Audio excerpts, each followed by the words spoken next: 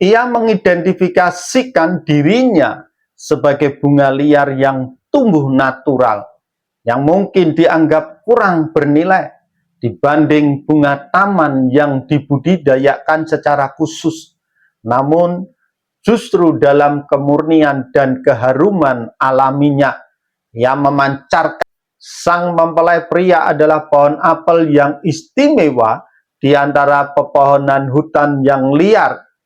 Keduanya saling menempatkan satu sama lain dalam posisi yang unik, sebuah bentuk pengakuan bahwa di dalam kasih tidak ada pohon yang paling besar di hutan, tetapi ketika Anda mempertimbangkan buah yang dihasilkannya, itu adalah pohon yang luar biasa.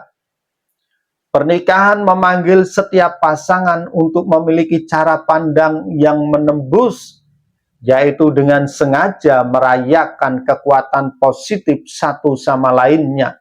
Secara teologi, channel beriman dengan logika sehat, channel edukasi Kristen yang diperuntukkan bagi setiap orang Kristen. Salam saudara, puji nama Tuhan. Kembali kita berjumpa dalam tayangan edukasi Kristen. Tayangan yang secara khusus diperuntukkan bagi kalangan kaum Kristiani. Saudaraku, dalam tayangan kali ini, kita akan belajar bersama tentang makna mawar dari Saron. Dalam kitab Kidung Agung pasal 2 ayat yang pertama.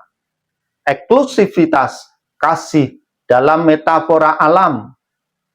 Dalam struktur puisi cinta Kidung Agung, terdapat pertukaran pengakuan yang mendalam mengenai identitas dan nilai diri.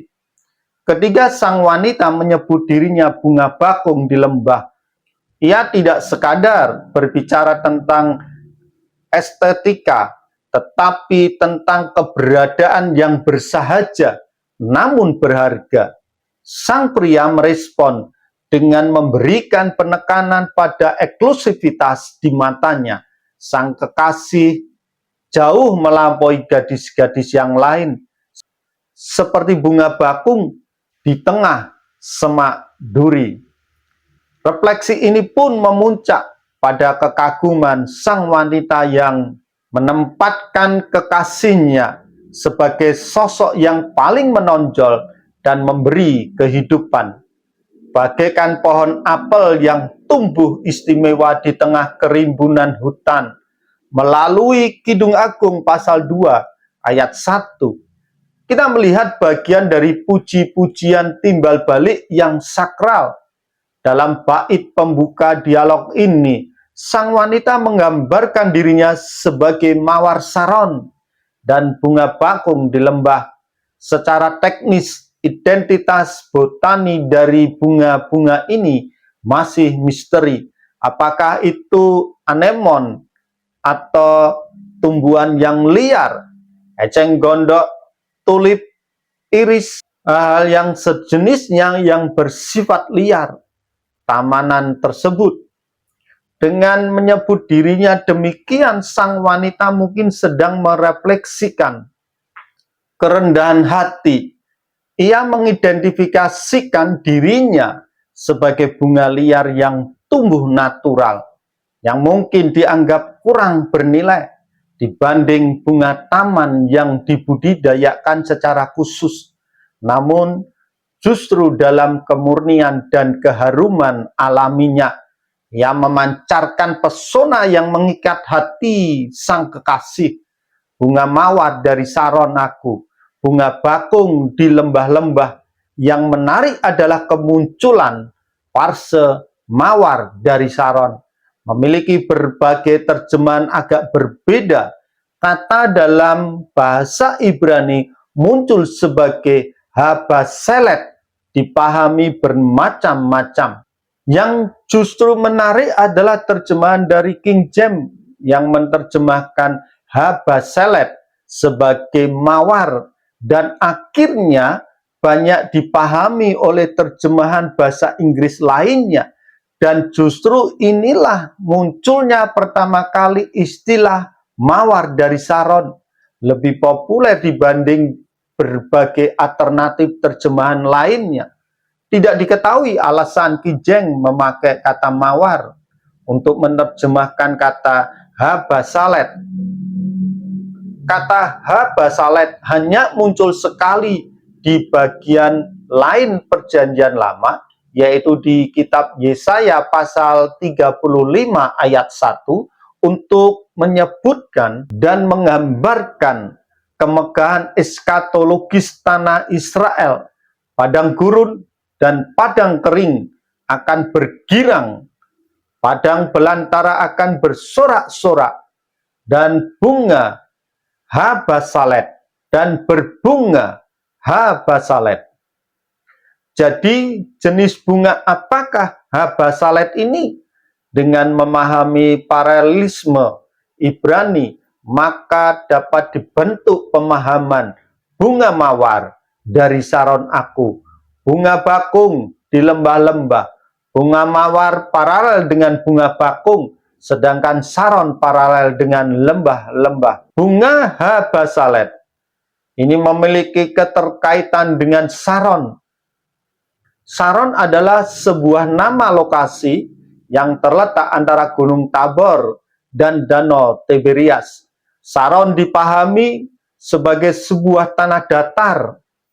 Walaupun sekarang daerah tersebut sudah tidak ada lagi, namun di zaman kuno, Saron merupakan area yang jarang dihuni penduduk karena merupakan daerah pertanian dengan bukit pasir dan rawa-rawa.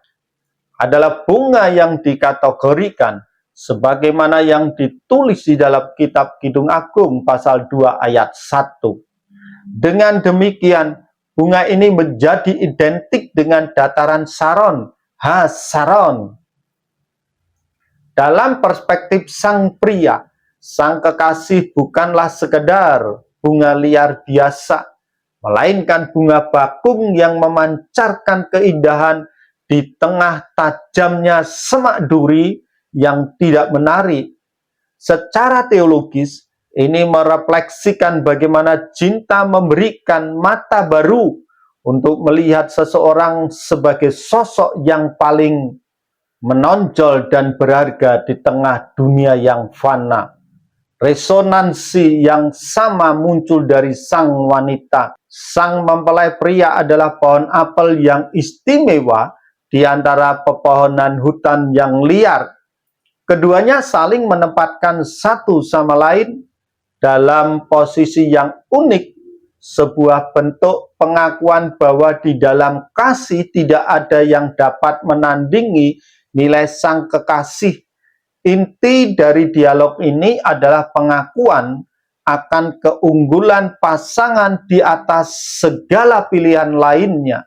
Sang mempelai wanita adalah bunga bakung yang anggun di tengah duri, sementara sang pria adalah pohon apel yang istimewa di tengah belantara. Secara teologis, ini mengajarkan kita tentang cara pandang kasih. Dunia mungkin lebih mengagumi pohon cedar Lebanon yang menjulang tinggi, namun kasih memilih pohon apel yang memberikan kehidupan melalui buahnya. Meskipun tampak kecil dan tidak signifikan secara lahiriah, nilai sejati seseorang dalam cinta tidak diukur dari kemegahan fisiknya, melainkan dari buah kebaikan dan kebahagiaan yang ia hasilkan bagi pasangannya. Intinya, tampaknya bahwa membandingkan orang yang dicintai dengan orang lain adalah masalah perspektif. Setangkai bunga bakung di lembah dibandingkan dengan bunga yang dibudidayakan mungkin tidak terlalu penting, tetapi dibandingkan dengan duri yang tumbuh di sekelilingnya, bunga ini sangat indah. Sebuah pohon apel bukanlah pohon yang paling besar di hutan, tetapi ketika Anda mempertimbangkan buah yang dihasilkannya, itu adalah pohon yang luar biasa. Pernikahan memanggil setiap pasangan untuk memiliki cara pandang yang menembus, yaitu dengan sengaja merayakan kekuatan positif satu sama lainnya. Secara teologis, bahaya muncul ketika seseorang memulai membandingkan pasangannya dengan standar duniawi yang semu, baik itu rupa, harta, maupun kesuksesan. Adalah tugas suci sekaligus hak istimewa bagi seorang suami atau istri untuk menegaskan, hanya engkau yang ada di mataku. Ketika kita terjebak dalam perbandingan negatif, kita sebenarnya sedang membuka celah bagi kehancuran. Budaya populer dan pornografi seringkali menjadi berhala modern yang menawarkan standar kecantikan dan keberhasilan artifisial, dan jika dibiarkan akan merusak penghargaan kita terhadap pasangan yang nyata dan hidup di sisi kita. Setiap suami harus melihat istrinya sebagai bunga bakung di lembah dan bersyukur kepada Tuhan atas bunga yang indah dan menyenangkan yang Dia sediakan baginya di padang gurun. Demikianlah saudara, apa yang dimaksud tentang mawar dari Saron dalam kitab Kidung Agung pasal 2 ayat 1. Kiranya kebenaran ini semakin membuat saudara memiliki nilai positif terhadap pasangan saudara, dan saudara semakin diberkati dalam hubungan cinta kasih kepada pasangan saudara. Kiranya berkat yang sudah saudara dapatkan boleh saudara bagikan kepada setiap rekan-rekan yang saudara pandang layak untuk mendapatkan berkat yang sama. Puji nama Tuhan. Tuhan Yesus memberkati.